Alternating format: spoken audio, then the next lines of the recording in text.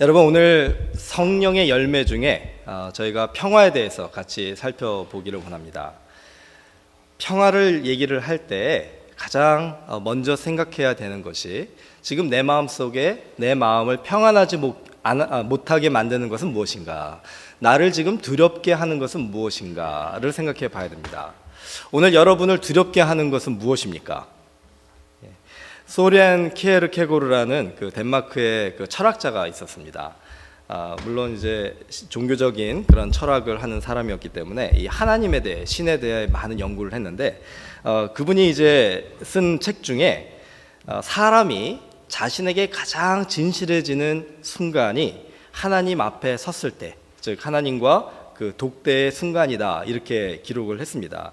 그때 우리가 느끼는 감정이 바로 두려움과 떨림인데, 이 세상적인 기준으로는 그 두려움이라는 것이 부정적인 그 이미지를 갖고 있지만, 그 두려움의 대상이 하나님이 될 때는 그 순간이 바로 인간이 가장 인간다워지는 순간이다, 이렇게 얘기를 했다는 것입니다. 그리고 그 키에르케고르는 이 역설적인 그 두려움이 바로 우리에게 신앙이고 그 믿음의 출발이다라고 정의를 내립니다. 이사야서 6장을 보면은요, 그 하나님과 이 독대의 순간, 하나님을 개인적으로 만나는 그 순간을 이사야가 경험을 할 때 비슷한 두려움과 떨림의 장면이 나옵니다. 이사야서 6장에 이런 말씀이 있습니다. 제가 잠깐 읽어드리겠습니다. 우시아 왕이 죽던 해에 내가 본즉 주께서 높이 들린 보좌에 앉으셨는데 그의 옷자락은 성전에 가득하였고 스랍들이 모시고 섰는데 각기 6날개가 있어 그 둘로는 자기의 얼굴을 가리었고 그 둘로는 자기의 발을 가리었고 그 둘로는 날며 서로 불러 이르되 거룩하다 거룩하다 거룩하다 만군의 여호와여, 그의 영광이 온 땅에 충만하도다 하더라. 이같이 화답하는 자의 소리로 말미암아 문지방의 터가 요동하며 성전의 연기가 충만한지라. 그때 내가 말하되 화로다 나여 망하게 되었도다. 나는 입술이 부정한 사람이요 나는 입술이 부정한 백성 중에 거주하면서 만군의 여호와이신 왕을 배웠음이로다 하였더라. 여러분, 이사야가 지금 경험한 그 하나님, 이사야가 그 하늘의 보좌를 바라보면서 그 성전에 충만하게 임하시는 그 하나님의 영광을 보았을 때 그의 입술에서 어떤 말이 나왔습니까? 화로다 나여 망하게 되었도다. 그의 마음은 지금 두려움과 떨림에 가득 차 있는 것입니다. 그가 자기 자신의 모습을 그 거룩하신 하나님 앞에 섰을 때 온전하게 보게 됨으로 말미암아서 그가 가지고 있던 죄악들, 그의 정말 삶에 하나님이 보실 때 너무나도 부끄럽고 추한 모습들이 이제 견딜 수 없을 만큼, 정말 감당하기 어려울 만큼 부끄러웠던 거예요. 그래서 그가 이제 나로 망하게 되었도다라는 그런 고백을 하는 것을 보게 됩니다. 저는 꿈꾸는 예배가 있어요. 우리의 예배가 매주 드리는 예배이기 때문에 우리가 어떻게 보면 습관화가 될 때가 많이 있습니다. 이사야가 6장에 경험했던 그 성전에서의 예배와 오늘 저희들이 드리는 이 예배와 어떤 차이가 있을까 하는 생각을 해봤습니다. 물론 눈에 보이는 차이는 있겠죠. 지금 여기 문지방의 터가 요동하고 성전에 연기가 가득하고 뭐 이러는 거는 지금 없지만 공통점이 한 가지 있다라고 한다면 바로 하나님의 보좌에 앉아 계신 그 하나님의 임재하심이 바로 이 자리에 이사야의 그 예배의 경험과 같이 우리들에게도 동일하게 임할 수 있다는 것입니다. 이 자리에 우리가 하나님이 계시지 않다면 우리의 예배의 대상이 지금 안 계시는 거잖아요. 그러면 우리가 예배를 드리는 의미가 없어지는 거죠. 우리가 여기서 진정 예배를 드리기 위해 나왔다면은 이사야와 같이 우리의 예배를 받으시는 그 하나님에 우리가 집중하게 될 때 하늘의 문이 열리고 우리가 그 영광의 하나님을 보면 우리도 이 예배 중에 이런 고백이 있지 않을까. 거룩하신 하나님 앞에 선 우리들이 화로다 나여 망하게 되었도다. 어떤 경우에는 이런 고백이 우리에게 있지 않는 이유가 있습니다. 우리가 예배를 드릴 때 너무나 많은 생각을 하는 것이 있어요. 여러분, 지금 무슨 생각을 하십니까? 오로지 하나님에게만 지금 집중하고 계십니까? 아니면 하나님 플러스 지금 다른 생각들을 많이 하고 계십니까? 많은 경우에 우리의 마음에 너무나도 복잡한 생각들로 가득 차 있으면은요, 하나님이 이 자리에서 성령님을 통해서 우리에게 임재해 주셔도 우리가 그 하나님을 이사야처럼 경험하기가 힘들다는 거예요. 그 대표적인 예가 바로 아브라함입니다. 아브라함이 하나님의 그 영광의 그 임재하심 속에 이제 그 부르심을 받고 그 믿음으로 이제 가나안 땅으로 갔지 않습니까? 거기에서 하나님의 또 부르심을 받고 그 하나님이 아들을 주시리라 예언하시고 약속하신 그 약속을 믿고 신뢰했을 때 결과적으로 100세의 나이에 아들을 얻게 됐어요. 아브라함의 마음속에는 하나님을 예배하고 경배하는 마음이 충만하게 가득 찼지만 그의 마음을 복잡하게 만드는 것이 한 가지 있었습니다. 그가 하나님께 예배하러 갈 때마다 그의 마음속에 늘 하나님 못지않게 깊게 자리 잡고 있는 것이 바로 아들 이삭이었다는 거예요.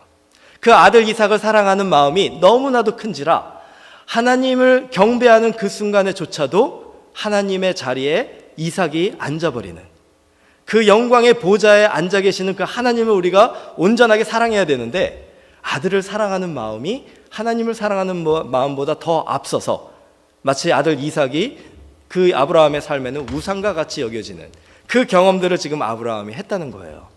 하나님께서 그 아브라함을 보시고 이제 아브라함의 삶 속에서 하나님의 자리를 다시 찾는 것이 아브라함의 이 영과 육을 살리는 방법이다라고 생각하셨던 것 같습니다.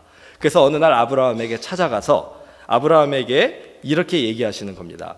창세기 22장에 보면 이런 말씀이 있습니다. 하나님이 아브라함을 시험하시려고 그를 부르시되 아브라함아 하시니 그가 이르되 내가 여기 있나이다. 여호와께서 이르시되 내 아들 내 사랑하는 독자 이삭을 데리고 모리아 땅으로 가서 내가 내게 일러준 한 산 거기서 그를 번제로 드리라. 모리아 산은 지금 시대의 예루살렘이다라고 생각하시면 됩니다. 같은 지역입니다. 자, 아브라함에게 지금 하나님이 뭐라고 말씀하십니까? 그 아들 이삭을 번제로 드리라. 전에도 제가 잠깐 말씀드렸지만 이 번제로 드리라라는 그 말은 burnt offering, 그래서 그 하나님 앞에 제사를 드릴 때 어린 양을 제사로 드리는 그 번제물을 얘기를 하는 것입니다.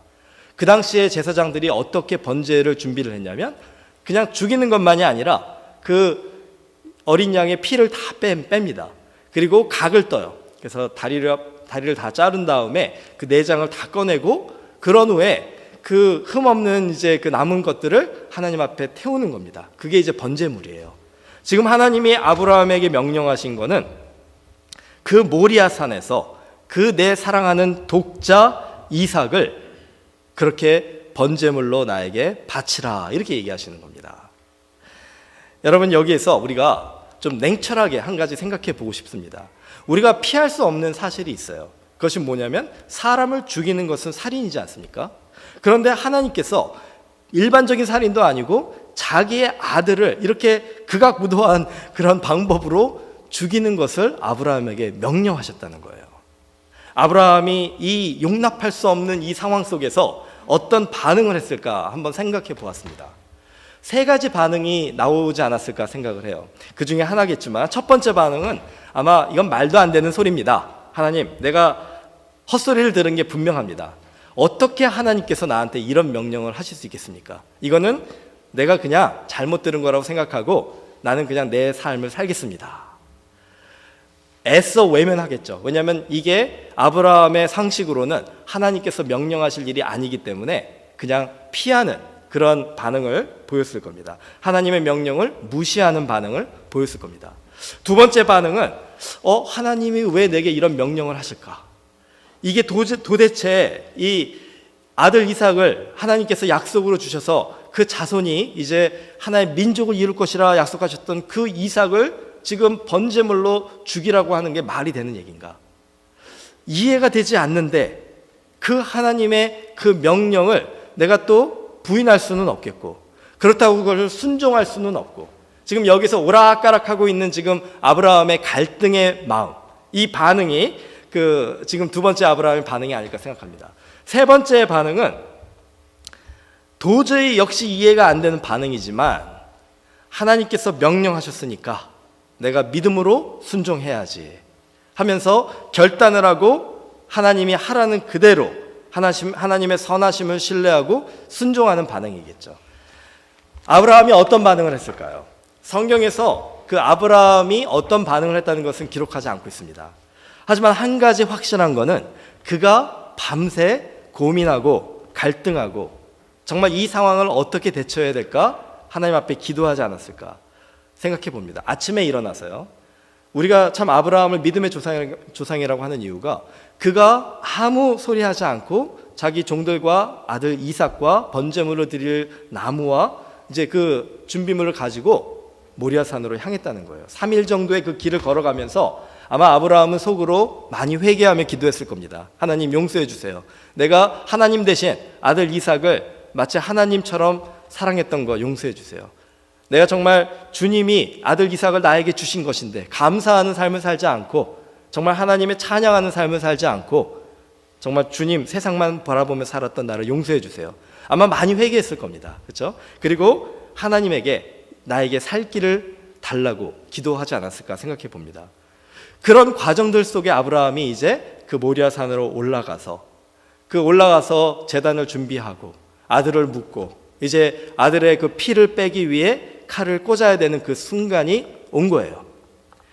자, 그 순간에 아브라함이 하나님이 자기를 중지해 주시고 이제 됐다 하시기를 바랬는데 그 마지막 순간까지 그 칼을 드는 그 순간까지 하나님께서 침묵하고 계셨을 때 그 칼을 들어서 이제 내리 찍으면 자기의 사랑하는 아들이 죽게 되는 그 순간, 바로 그 순간이 아브라함에게는 하나님을 직면하는, 하나님을 대면하는 그 두렵고 떨림의 순간, 가장 아브라함이 하나님 앞에서 인간다운 진실한 모습으로 서 있는 그 순간이 아닌가 이렇게 생각을 해보게 됩니다.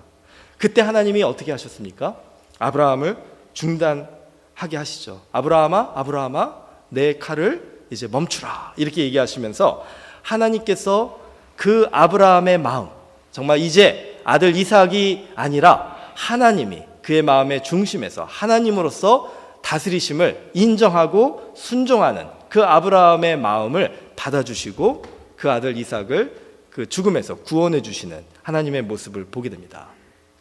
자, 여기에서 우리가 한 가지 또 그 깊이 한번 묵상해 볼 필요가 있는 것이 있습니다.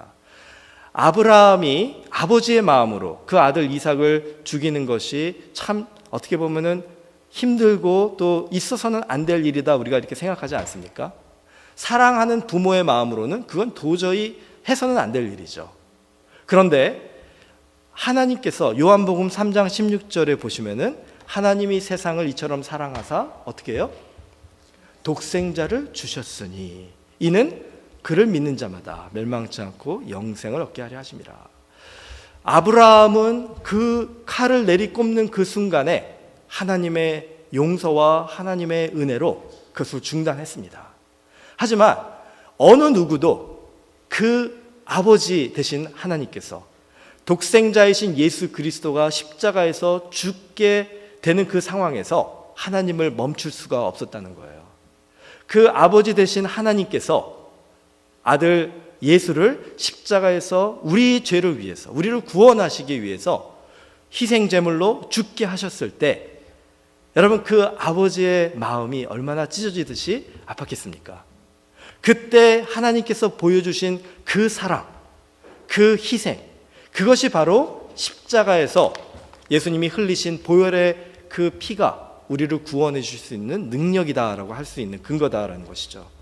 여러분 이 사랑의 마음을 우리가 생각해 본다면요, 정말 부모가 그 자식을 이렇게 번제물로 드리는 그 마음이 바로 하나님께서 우리의 죄를 구원하시기 위해서, 우리를 죄에서 구원하시기 위해 예수 그리스도를 십자가에서 희생케 하신 그 마음이라고 한다면, 그 사랑을 받은 우리들이 어떻게 하나님 앞에서 그 하나님께 우리의 그 사랑을 드리고 또 이웃을 사랑하는 그 사랑을 베풀지 않을 수 있을까? 이게 바로 하나님을 만난, 하나님과 독대한 우리 인간의 모습 속에서 그 두렵고 떨림 속에 우리에게 가르쳐 주시는 그 하나님의 사랑을 받은 자들의 마음이 아닌가 생각합니다. 오늘 우리가 화평에 대해서 얘기를 하고 있는데요, 에베소서 2장 말씀 다시 한번 돌아가 보시면은요, 2장 11절을 한번 보시기 바랍니다. 에베소서 2장 11절. 이제는 전에 멀리 있던 너희가 그리스도 예수 안에서 그리스도의 피로 가까워졌느니라. 그는 우리의 화평이신지라.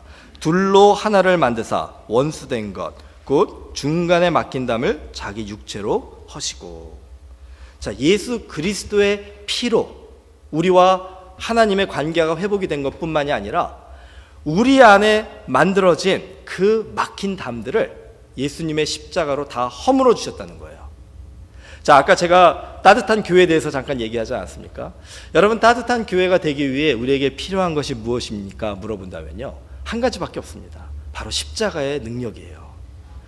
십자가에서 주님이 보여주신 그 하나님의 희생의 사랑이 우리 안에 없다면 교회는 따뜻한 공동체가 될 수가 없어요. 어떻게 그게 가능합니까? 여러분이 인간적으로 다 성격이 다르고 다 환경이 다르고 다 배경이 다르고 다 삶의 경험이 다른데 다 연령이 다르고 모든 게 다 다른데 어떻게 우리들이 모여서 그 따뜻한 교회 공동체를 만들 수 있겠습니까? 십자가에서 죽으신 예수님 때문에가 아니라면은 불가능하다는 거예요. 여러분이 정말 신앙생활 하시면서 정말 관계 속에서 너무 힘들다 생각되실 때마다 여러분이 돌아가셔야 될 말씀은 바로 이 에베소서 2장의 말씀이라는 겁니다. 주님이 우리를 위하여 죽으셨기 때문에 그 그리스도의 피가 원수된 것, 중간에 막힌 담을 다 허물어 주시리라. 이 믿음을 가지고 우리가 하나 되는 공동체가 되기 위해 노력한다면 주님의 그 평안이 우리 마음에 임하게 될 줄로 믿습니다. 자, 두 번째는 이 예수님과의 만남이 우리에게 의미하는 것을 우리가 이해해야 됩니다. 하나님과의 만남이 그 두렵고 떨림 속에서 그 하나님의 사랑으로 우리에게 평안을 주신다고 한다면요, 예수님과의 만남도 우리에게 이 두렵고 떨림의 경험이 있지만 그 예수님과의 만남 속에서 우리가 얻는 것은 무엇이냐면 바로 성령의 임재하심이다라는 것이에요. 제자들이 유대인들이 두려워서 이 마가의 다락방에 이제 갇혀진 상황에서 지금 시간을 보내고 있지 않습니까? 요한복음 2장 19절을 보면은요, 제자들이 유대인들을 두려워하여 모인 곳의 문들을 닫았더니, 그래서 그 제자들의 지금 마음속에는 물론 예수님이 하나님의 아들이심을 믿었겠죠. 그리고 예수님이 이제 부활하셔서 그들의 삶 속에서 정말 그 새로운 생명을 주시고 새로운 능력을 주신다는 것을 들어서 알고는 있었겠죠. 하지만 아직 부활하신 예수님을 만나지 못한 제자들에게는 그것이 하나의 지식에 불과했다는 것입니다. 그렇기 때문에 그들에게 필요한 것은 무엇이냐면 이 부활하신 예수님을 만나서 그들의 머릿속에는 있지만 삶 속에 실천되지 못하는 그 성령의 능력이 이제 밖으로 나오는 경험이 있어야 돼요. 그들의 두려워하는 그 대상이 예수 그리스도를 통해서 다 사라지는 경험이 있어야 되는 것입니다. 그것을 위해서 예수님께서 그 제자들이 있는 곳을 찾아가 주십니다. 저는 이런 생각을 해봤습니다. 오늘 우리가 아까 제가 처음에 질문했듯이 두려워하는 것이 무엇일까? 만약에 여러분이 두려워하는 것이 지금 생각이 나신다면 이 20장 19절을 다시 한번 우리가 변형해서 한번 읽어봤으면 좋겠어요. 제자들이 대신에 여러분의 이름을 한번 넣어보세요. 내가 유대인들 대신에 여러분이 두려워하는 것을 한번 넣어보시기 바랍니다. 그래서 내가 무엇을 두려워하여 모인 곳의 문들을 닫았더니, 지금 여러분이 어떤 두려운 것이 있다라고 한다면요, 여러분의 마음의 문이 지금 어느 부분에는 닫혀 있다는 것을 여러분이 기억하셔야 돼요. 이것을 우리가 좀 영적으로 생각을 해보면 이렇게 생각을 해보면 됩니다. 빛이 있는 곳에 어둠이 있을 수 있습니까? 없죠. 만약에 빛이 어둠이 있다면요, 우리가 무엇을 얘기할 수 있냐면 그 어둠이 있는 곳에는 빛이 없다라고 얘기를 할 수가 있는 거예요. 이건 굉장히 상식입니다. 그렇죠? 여러분의 삶 속에 예수 그리스도가 함께 하신다면 여러분의 마음속에 두려움이 있을 수 있습니까? 만약에 여러분의 마음속에 두려움이 있다면 그 두려움의 자리에는 예수님이 함께하지 않으신다는 거예요.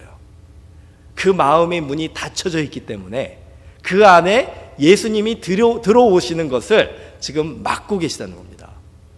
그 여러분의 마음속에 그 두려움이 있는 그 자리에 예수님이 찾아가셔야 돼요. 요한계시록 3장을 보면은 예수님이 문을 두드리는 그런 장면이 나옵니다. 그렇죠? 그런데 이 요한복음 20장에는요. 문을 열지도 않았는데 예수님이 그 문을 통과해서 들어가시는 장면이 나와요. 그 무엇을 의미합니까? 우리가 예수 그리스도를 우리의 삶 속에 구주로 영접한 사람들에게는 예수님이 우리의 삶 속에 들어오셔서 그 두려움의 자리에 함께 하신다는 거예요. 여러분, 우리가 그러면 해야 될 일이 무엇입니까? 우리가 해야 될 일은 예수님의 음성을 들어야 되는 거예요. 예수님이 뭐라고 얘기를 하시죠? 너희에게 평강이 있을지어다. 오늘 내 삶 속에 내가 두려워서 지금 문을 굳게 잠그고 있는 그 내 삶의 부분이 혹시 있으신다면요, 그 자리에 예수님이 지금 함께 하심을 믿으시기 바랍니다. 그리고 예수님이 오늘 저와 여러분에게 이렇게 말씀하시는 거예요. 너희에게 평강이 있을지어다. 여러분, 우리가 이제 좀 마음속에 예수님이 온전하게 찾아오셔서 일하실 수 있도록 이 마음을 좀 활짝 여는 것이 필요해요. 제자들이 그 음성을 듣고요, 그 음성을 듣고 마음속에 기쁨이 있었느냐? 그렇지 않습니다. 성경을 보면은요, 그 제자들이 예수님이 너에게 평강이 있을지어다 선포한 다음에 바로 평강이 있지 않았다는 거예요. 그 제자들에게 필요한 한 가지가 있었습니다. 증거가 필요했었어요. 그래서 예수님이 지금 보니까 평강이 있을지어다 선포했는데 밋밋하거든요. 아무 반응이 없거든요. 그래서 예수님이 그 제자들의 이 믿음 없음을 안타깝게 생각하시고 제자들에게 어떻게 하십니까? 그에게 손의 못자국과 옆구리의 창자국을 보여주시는 거예요. 제자들이 그것을 보았을 때 어떤 반응을 일으켰느냐? 성경에 보면 제자들이 그것을 보고 기뻐하였더라, 이렇게 기록이 되어 있습니다. 문을 굳게 닫고 두려움에 떨며 정말 숨어 지내던 그 기쁨이 없었던 제자들에게 예수 그리스도의 평강의 말씀이 선포가 되고 그들에게 믿음의 증거가 보여졌을 때, 이 부활의 증거가 보여졌을 때 그들의 마음속에 기쁨이 충만하게 된 것이에요. 여러분, 오늘 제가 이런 질문을 좀 드리고 싶습니다. 여러분의 마음속에 예수 그리스도가 함께 하신다면, 예수님이 여러분에게 이제 부활하신 예수님으로 평강을 선포하셨다면, 여러분의 삶 속에 나타나는 예수님의 손의 못자국과 예수님의 옆구리의 창자국과 같은 그런 믿음의 증거들은 무엇입니까? 정말 우리가 담대하게 서로에게 나눠줄 수 있는, 우리의 마음속에 두려움에서 기쁨으로 바꿔줄 수 있는 예수님의 평안이 우리에게 임했음을 보여줄 수 있는 믿음의 증거들이 무엇이냐는 거예요. 나에게 예수님의 못자국은 무엇이고 나에게 예수님의 창자국은 무엇입니까? 예수님께서 오늘 평강을 선포하시면서 두 가지를 저희들에게 보여주세요. 첫째는 그들에게 이제 하나님께서 나를 보내신 것 같이 나도 너희를 보내노라 얘기를 하십니다. 십자가로 둘을 한 몸으로 하나님과 화목하게 하신 예수님께서 이 에베소서 2장 17절에 보시면요, 먼 데 있는 너희에게 평안을 전하시고 가까운 데 있는 자들에게 평안을 전하셨으니. 자, 예수님은 보내심을 받은 자로 이 땅에 오셨습니다. 그렇기 때문에 우리들에게 평안을 주실 때 그 목적이 있었던 거예요. 우리에게 평안을 주신 목적은 평안한 우리들이 이제 가서 평안을 선포하라는 것이에요. 그래서 아까 저희가 따뜻한 교회를 얘기한 것과 같이 우리 교회가 평안한 교회가 돼야 돼요. 자, 평안한 교회는 어떤 교회입니까? 문제가 없는 교회가 평안한 교회입니까? 아니면 문제가 있어도 그 문제 가운데에서 평안을 잃지 않는 교회가 평안한 교회입니까? 저는 후자가 됐으면 좋겠어요. 우리 교회가 문제가 없는 교회라고 된다면, 문제가 없는 교회가 되기를 소망하고, 문제 있는 사람들은 교회 오지 마십시오, 이렇게 교회 멤버십의 자격이, 제가 이제 새가족반을 할 때 당신은 문제 있는 사람입니까? 이렇게 물어봐서 정말 문제가 없고 정말 우리가 봤을 때 야, 저 사람은 우리 교회에 오면 참 좋은 그 교인이 되겠다 하는 사람들만 우리 교회 교인으로 받는다면은요, 저희 교회는 망할 교회가 되는 거예요. 교회로서의 본질을 잃어버린 교회가 되는 겁니다. 예, 그런 평안이 무슨 평안입니까? 그건 세상의 평안과 하나도 다를 바가 없는 평안이에요. 저희 교회가 정말로 주님이 평안하라 선포하신 그 평안을 소유한 교회가 되려면은 우리 교회의 모든 사람들이 정말 주님 안에서 주님이 부르시는 모든 이들이 찾아와서 우리 가운데 여러 가지 문제들이 정말 감당하기 어려울 만큼 그렇게 일어난다 할지라도 우리 성도들이 그 안에서 너희에게 평강이 있을지어다 하신 예수님의 그 선포를 우리 마음속에 간직하고 평안을 잃지 않는 믿음, 그 십자가에서 죽으시면서 보여주신 이 손의 못자국과 창자국이 우리 마음속에, 우리 공동체 안에 예수 그리스도의 흔적으로 남아있어서 정말 변하지 않는 그 주님의 사랑으로 우리가 늘 평안할 수 있는 이 공동체의 평안, 이게 우리한테 있어야지 진정 이 시대를 이끌어가는 빛과 소금의 교회가 되지 않겠습니까? 예수님이 그래서 우리를 보내주신 거예요. 여러분, 우리 교회 공동체의 존재의 목적은요, 이 세상에 나아가 정말 문제 많은 사람들에게 예수님의 평안을 전해서 그들의 삶 속에서 주님이 그들의 삶을 평안하게 만들어주는 그 은혜를 같이 경험하게 해주는 게 우리 교회의 목적이다 할 수 있습니다. 자, 두 번째로 예수님이 말씀하신 거는요, 그들을 향하여 숨을 내쉬며 이르시되 성령을 받으라 이렇게 얘기하세요. 그래서 평안은 성령의 열매입니다. 왜 우리가 성령을 받아야 되냐면요, 성령의 함께 하심이 없으면 평안이 있을 수 없습니다. 아까 제가 평안을 가로막는 것이 두려움이라 그랬잖아요. 평안을 가로막는 또 한 가지가 바로 이 용서하지 못하는 마음입니다. 성령을 그들이 받아야 되는 이유가 무엇일까? 왜 그들에게 이렇게 성령을 받으라 얘기하시면서 그 다음에 예수님이 뭐라고 그러시냐면요, 너희가 누구의 죄든지 사하면 사하여질 것이요 누구의 죄든지 그대로 두면 그대로 있으리라 하시니라. 이게 바로 두 번째 평안의 목적이다 할 수 있는 거예요. 우리에게 평안을 주신 이유는 우리의 삶 속에서 우리가 용서하는 것이 힘들기 때문에 그렇습니다. 하나님의 성령의 임재하심으로 그 십자가에서의 그 주님의 희생의 사랑과 능력으로 우리가 용서할 수 없는 사람들을 용서할 수 있게 하시는 것이 바로 성령께서 주시는 평안이라는 거예요. 그것이 우리에게 일어날 때에 우리는 진정 주님의 평안을 경험하고 하나님께서 우리에게 그 원하셨던 그 하나님을 만나고 예수님을 만났을 때 그 두렵고 떨림 속에서의 그 안식함을 경험하게 해주신다는 거예요. 여러분, 저희 교회가 이것이 이제 이루어져야 될 줄로 믿습니다. 이제 오늘부터 정말 우리 하나님 나라에 갈 때까지 먼저 우리 교회 안에서 시작했으면 좋겠어요. 여러분, 이 교회 안에서 신앙생활 하시면서 정말 사람과 사람의 관계 속에서 여러 가지 마음의 상처들이 있을 수도 있고 또 앞으로 또 있게 될 것이고, 그랬을 때 여러분 어떻게 하시겠습니까? 그랬을 때 우리가 돌아가야 되는 것이 바로 이 주님의 이 평안의 약속인 거예요. 너희에게 성령이 있을지어다, 성령이 임할지어다 얘기하시면서 누구의 죄든지 사하면 사하여질 것이요 누구의 죄든지 그대로 두면 그대로 있으리라. 이제 우리의 마음속에요, 이제 예수님 때문에, 그 십자가 때문에 저 사람 내가 정말 용서할 수 없었지만 용서하겠습니다, 여러분, 이런 기도를 하나님께 드린다면요, 그게 하나님 앞에 우리가 진정 평안할 수 있는 방법이 아니겠습니까? 하나님께서 우리에게 이것을 요구하시고 명령하셨을 때 우리가 순종한다면요, 아브라함이 그 이삭을 번제물 앞에서 칼로 찍으려고 할 때에 하나님의 그 음성을 들으면서 하나님의 그 뜻을 깨닫고 그 하나님의 준비하심, 예비하심을 발견하고 그 하나님의 놀라운 사랑의 은혜를 경험했듯이 우리 교회 공동체도 그 사랑 안에서 이제 앞으로 주님이 인도하시는 대로 아름답게 걸어가는 교회 공동체가 될 줄로 믿습니다. 우리 같이 기도하겠습니다.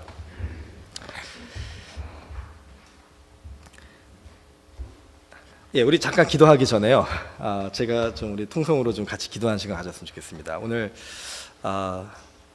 여러분 마음속에 아직 평안하지 못하신 부분들이 좀 있으시죠? 우리 피아노 반주 좀 해주세요. 자, 아브라함이 하나님의 음성을 들었을 때 여러 가지 반응이 있었죠. 오늘 하나님께서 이 에베소서를 통해 이 요한복음 20장을 통해 저희들에게 음성으로 들려주셨습니다. 자, 이제 우리의 반응은 무엇일까요?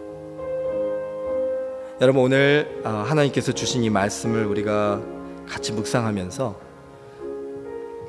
내가 평안하지 못하게 하는, 나를 평안하지 못하게 하는 이 나의 두려움이 무엇인가를 하나님 앞에 솔직하게 가지고 나왔으면 좋겠습니다. 그게 무엇이든지 간에요, 하나님보다 더 강하지 않다는 것을 오늘 믿음으로 여러분 정말 인정하시고, 그게 무엇이든지 간에 하나님이 그 두려움을 해결해 주실 수 있는 분이라는 것을 여러분 믿음으로 오늘 고백해 보시기 바랍니다. 그리고 하나님 앞에 나아가 주님께 문을 활짝 열고 그 두려움의 부분에 예수 그리스도를 모셔보세요. 영접해 보세요.